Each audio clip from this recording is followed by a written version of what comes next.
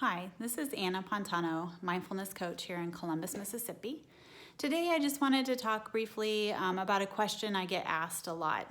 I teach mindfulness both to adults and to children, and parents are always asking me, well, how can I teach my child to be more mindful, take deep breaths, decrease their anxiety, those temper tantrums? And so I just wanted to share a couple tidbits, and I'll try to put some more resources below in the comments for everyone, and hopefully it'll help. So I know being a parent is challenging, and we all want the best for our kids. So first and foremost, just be patient with yourself, with them when possible, knowing that they're just little human beings trying to figure it out just like we are, and they've got big emotions and no idea what to do with them. So hang in there, and hopefully some of these tips will help. Now, my first tip, and you're probably not gonna like this one, but my first little tidbit is it starts with you. Yes, more responsibility for the parent, unfortunately.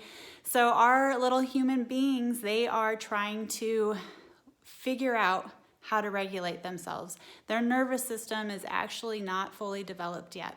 So you know how when you see somebody cry up on stage and you may start to get a little teary-eyed, even though maybe it's not a sad moment for you? Well, that's you kind of feeding off and reflecting their nervous system. And you're an adult. So kids who don't have a fully developed nervous system are always looking around them for cues and this feeling, and they don't even know why they're feeling that way, this feeling of how should they be behaving right now. So this is not to put the blame on you. It doesn't mean if your kid's throwing a temper tantrum and can't handle stress, it doesn't always mean that's because it's you. They're just kids. They're learning. Their prefrontal cortex that makes all our smart decisions, they're finding doesn't fully develop until we're well into our 20s. So take some responsibility off you. But to throw it back on you, basically what we can do to most benefit our children is practice mindfulness ourselves. Learn to stay calm. Learn to take those deep breaths. Learn to calm your own nervous system down. They will pick up on your cues, I promise. I know it's challenging, but they will pick up on it. So if you don't already have some kind of meditation, mindfulness, or yoga practice or something that brings that calm, if you don't go out and exercise and move your body or anything else that takes care of yourself and keeps you centered, keeps you grounded, I encourage you to do that first. So start with you, learn how to calm things down in your own body. That will help them out tremendously. I see a world of difference in my own kids when I'm having a bad day, and I am having a bad day, not they are.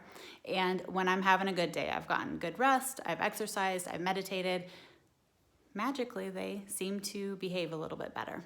So it's not a magic pill though. Kids are kids. So again, hang in there, okay? So first step, figure out your own practice. If you need help with that, there's tons of resources on the internet. Of course, I am a mindfulness coach, and I love teaching skills to parents, teaching skills to adults and kids alike. And so reach out, find something that works for you, and ask questions. So the second thing to do is to model. So if you do have your own practice, yet you've been doing it in secret, meaning when they're at school, which I know they're not in school right now, but when they're in school, when they're away, or only in a yoga studio, your kids need to see you doing it. Now, low expectations, because the first time you sit down to meditate, they're gonna be climbing all over you, especially if you have young kids. I know, I have them, that's what they do.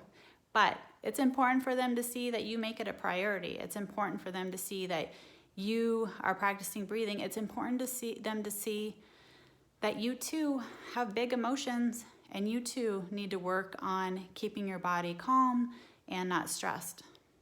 And from that, going into, I actually try to verbalize when I'm getting frustrated.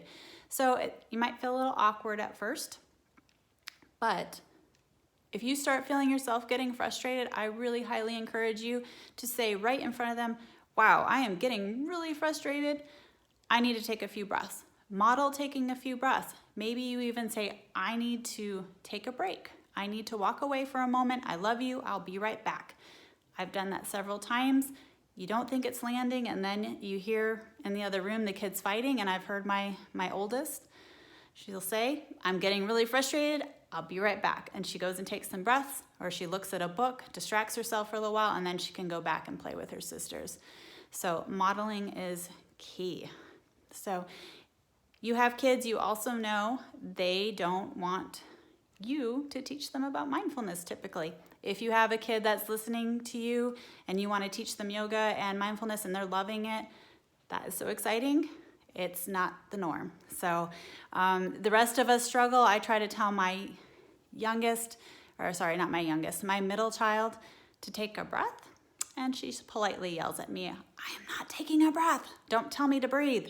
So how I sneak my mindfulness in and my yoga training in is I actually am lucky enough to be able to go teach at their school. She's excited, mom's at school, I get to teach it that way. If you're not so lucky, you don't have a friend who teaches it, somebody in your neighborhood or somebody who goes to your school or some way like that to sneak it in or sign them up for a class, then I highly recommend that you get on all the website.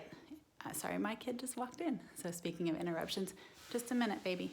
All right, so there's stuff like Go Noodle, if you haven't checked that out. Mindful Schools was putting something out on their Facebook page during the pandemic to try to teach kids mindfulness. Karma Kids Yoga, I believe, Cosmic Kids Yoga, all this great stuff out there. I will again put some links down below. And then my last little tip is if you do want to try to teach them mindfulness and yoga, make it fun. As much as possible. They are not going to want to sit there for 15 minutes being still and being quiet and taking deep breaths. So they love animals.